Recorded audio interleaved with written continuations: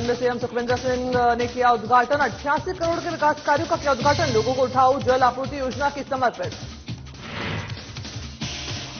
हिमाचल प्रदेश में मंत्रिमंडल की बैठक। सीएम सुक्खू की अध्यक्षता में हुई बैठक। 7वें राज्य वित्त आयोग के गठन का लिया निर्णय। शिमला में कांग्रेस प्रदेश अध्यक्ष प्रतिभा सिंह का बयान। कहा दिल्ली गए हैं विक्रमादित्य सिंह, पार्टी हाईकमान से कर सकते हैं मुलाकात। शिमला में बीजेपी प्रवक्ता महेंद्र धर्मानी का बयान। सुक्खू सरकार पर लगाए गंभीर आरोप। कहा राजनीतिक अस्थिरता का कारण कांग्रेस सरकार। और धर्मशाला में सीएम सुक्खू और सुधीर शर्मा के समर्थकों में झड़प। समर्थकों ने की जमकर नारेबाजी, पुलिस ने किया बीच बचाव।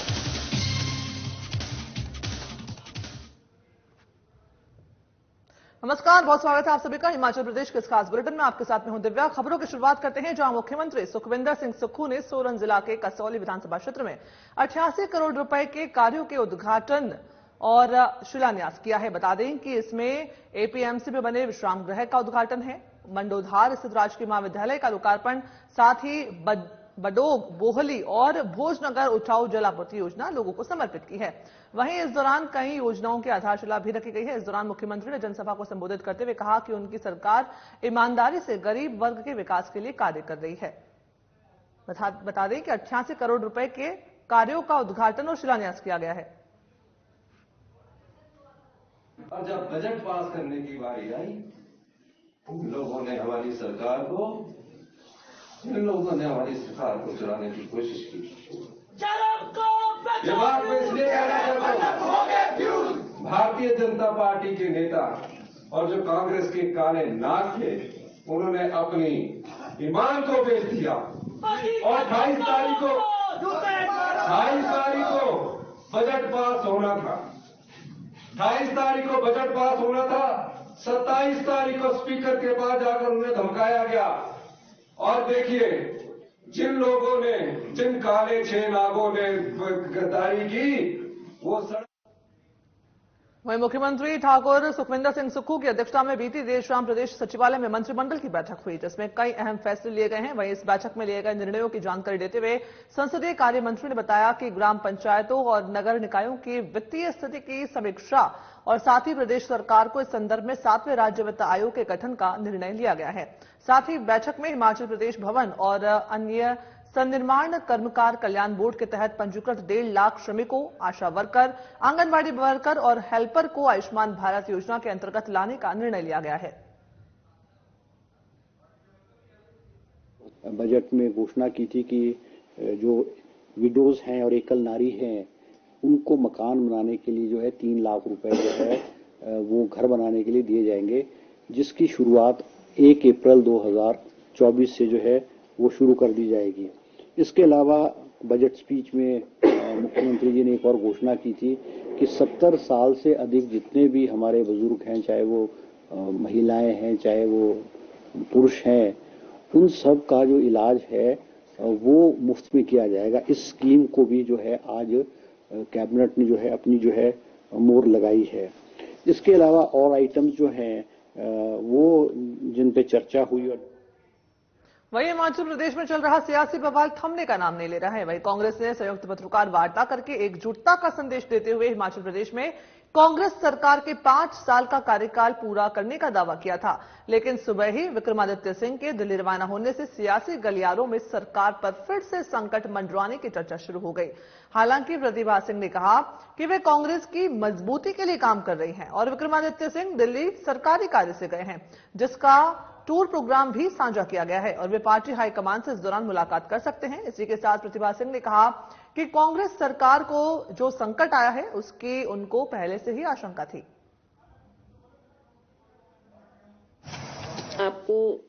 आपसे भी आग्रह करना चाहती हूँ कि विक्रमादित्य का टूर प्रोग्राम निकला है, आप उस टूर प्रोग्राम को देख लें, फिर आपको पता चल जाएगा कि विक्रमादित्य कहाँ गए हैं और किस उद्देश्य से गए। दिल्ली गए। अब हो सकता है कुछ और उसका इशू हो, हाईकमांड से उसने मिलना हो, उनको फोन आया हो, उनसे बातचीत करने के लिए वो गए हैं। हम सोचना है कि सोनिया गांधी से मिलने गए हैं, इस तरह से। हाँ, वो क्यों नहीं, हाईकमांड बुलाएगी तो हम बात करेंगे ही, उनसे जाएंगे उनके पास। एक खबर और है कि प्रतिभा सिंह जो है वो खबर शिमला से है, जहां बीजेपी प्रवक्ता महेंद्र धर्माणी का बयान सामने है, जिसमें उन्होंने कहा कि राजनीतिक अस्थिरता जो आज बनी है उसके लिए पूरी तरह से सुक्खू सरकार और कांग्रेस पार्टी को दोषी माना जाता है। इसी के साथ ही प्रवक्ता महेंद्र धर्माणी ने कहा कि कांग्रेस की वर्तमान स्थिति से यही आभास होता है कि कांग्रेस में आपकी लड़ाई चरम पर है। बता दें, जिसके कारण ये राजनीतिक स्थिति आज प्रदेश में बनी है। प्रदेश में चल रहे राजनीतिक संकट के समय सुक्खू सरकार के एक महत्वपूर्ण मंत्री ने त्यागपत्र की घोषणा की, मुख्यमंत्री की कार्यप्रणाली की आलोचना की और अपने परिवार की कांग्रेस में हो रही उपेक्षा के आरोप से ये सिद्ध करते हैं कि प्रदेश की सुक्खू सरकार अपने राजनीतिक अंतर्द्वंद के कारण संकट में है, जिसकी जिम्मेदारी पूरी तरह से सरकार और कांग्रेस पार्टी की है।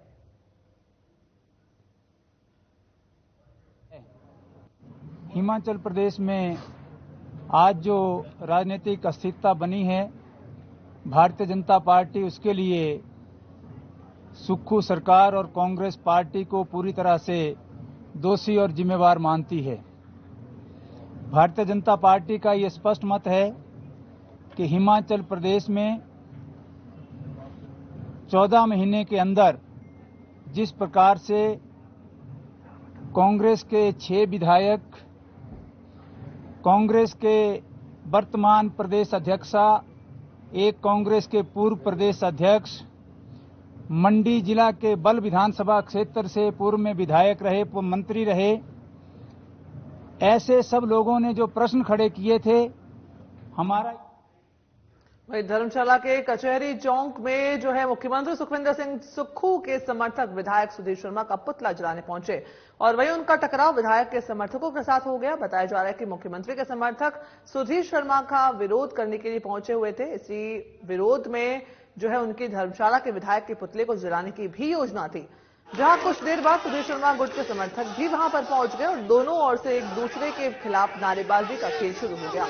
माहौल कुछ देर तक तनावपूर्ण रहा। पुलिस को मौके पर अतिरिक्त सुरक्षा बल वहां पर तैनात करना पड़ा।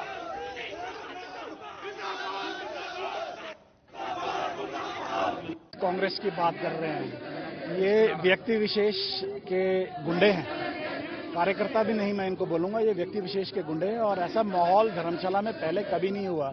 ये जो व्यक्ति हैं जब से यहाँ पे आए हैं, ऐसा माहौल निरंतर धर्मशाला में देखने को मिला है और धर्मशाला के स्थानीय निवासी होने के नाते, आम जनता से संबंध रखने के नाते मैं इस चीज के कड़ा विरोध करता हूँ। ऐसा प्रदर्शन जो हमारा एक शांतिपूर्वक प्रदर्शन था, उसमें उसको खराब करने के इन्होंने प्रयास किया है और एक व्यक्ति विशेष के इशारे पर यहाँ आए हैं। जी, हम तो अपना ही आए हुए थे। हमें सूचना मिली कि यहाँ पे कुछ पार्टी के पुराने गद्दार जो 1 साल 4 महीने से गायब हैं, वो आज इकट्ठा हुए हैं और कुछ वो पुतले की बातें कर रहे थे। तो हम वही खड़े थे, हम देखना चाहते थे कि ऐसे कांग्रेसी कौन आगे जो 1 साल 4 महीने गायब थे। बहुत बड़ी।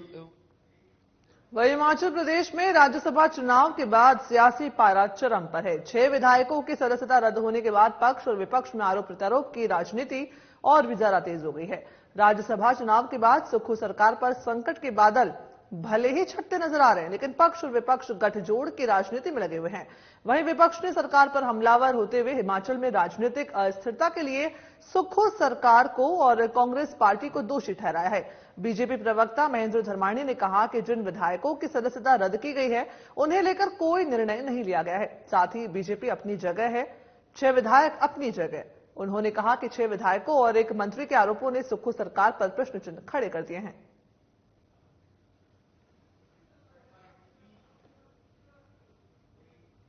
और वहीं पश्चिम बंगाल के संदेशखाली में महिलाओं के यौन उत्पीड़न मामले को लेकर के प्रदेश बीजेपी ने सभी मुख्यालयों में धरना प्रदर्शन किया। वहीं मंडी में इस प्रदर्शन को मजबूत करने के लिए जिला बीजेपी ने जोर शोर से ममता बनर्जी सरकार के खिलाफ जमकर नारेबाजी की। वहीं जिला बीजेपी अध्यक्ष निहाल चंद ने मीडिया से बातचीत करते हुए कहा कि तृणमूल कांग्रेस के गुर्गे ने पश्चिम बंगाल के संदेशखाली में महिलाओं के साथ जो दरिंदगी की, उसने मानवता को शर्मसार कर दिया है। संदेशखाली की पीड़ित महिलाओं ने खुद अपनी आपबीती सुनाई है। उन्होंने कहा कि हमारा यौन शोषण हुआ है और हमसे ही मेडिकल रिपोर्ट मांगी जा रही है। साथ ही उन्होंने कहा कि महिलाओं के साथ हुए अत्याचार पर पुलिसकर्मी भी मूक बने रहे। अगर उन महिलाओं को न्याय नहीं मिला तो बीजेपी बड़ा आंदोलन करेगी। जो है टीएमसी सरकार के खिलाफ बड़ा आंदोलन बीजेपी करेगी। ममता सरकार ने जो जघन्य अपराध पश्चिम बंगाल में किए हैं, उनके एवज में आज पूरे भारत में हम ये मंडी में भी हम यहाँ अपने इस डिप्टी कमिश्नर कार्यालय में इसका विरोध कर रहे हैं और पश्चिम बंगाल में कानून व्यवस्था की जो स्थिति है वो आपके माध्यम से हम यहाँ बताना चाहते हैं कि एक महिला मुख्यमंत्री होने के से भी वो एक ऐसा लगता है कि वहाँ जो जघन्य अपराध महिलाओं के साथ जो बलात्कार किए जा रहे हैं उसके विरोध में वो एक महिला।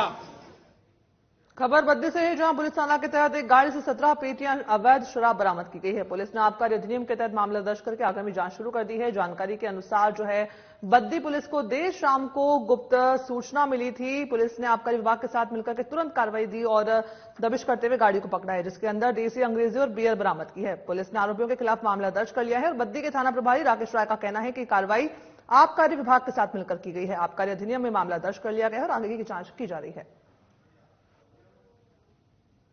पिछले कल यहाँ में हमें जब हम पेट्रोलिंग पार्टी में हमारी रवाना थी पेट्रोलिंग के लिए, तो उन्हें सूचना मिली थी कि राजा फॉर्जिंग कंपनी के पास बिलामाली में एक स्कॉर्पियो HP 93 1800 में जो अवैध।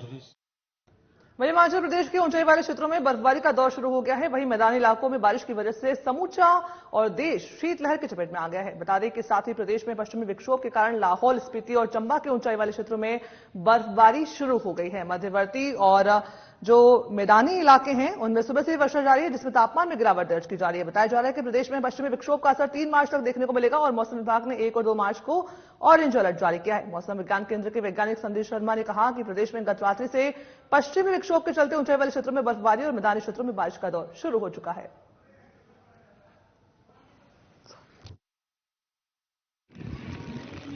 देखिए, अभी प्रदेश में एक एक्टिवेट WD है जो कल देर रात से मतलब एक्टिवेट हुआ था पूरे प्रदेश में। इसके चलते देखिए जो रेनफॉल एक्टिविटी है और जो ऊपरी क्षेत्र है हमारे लाहौल स्पीति चंबा, वहाँ में मतलब बर्फबारी का दौर जारी हो चुका है। जो आज सुबह के आंकड़े देखिए, लाहौल स्पीति हंसा में 5 सेंटीमीटर के आसपास स्नोफॉल रिपोर्ट की गई थी। जैसे जो बाकी क्षेत्र हैं जो हमारे। हिमाचल प्रदेश का खास बुलेटिन देख रहे थे आप। इस बुलेटिन में फिलहाल इतना ही। नमस्कार।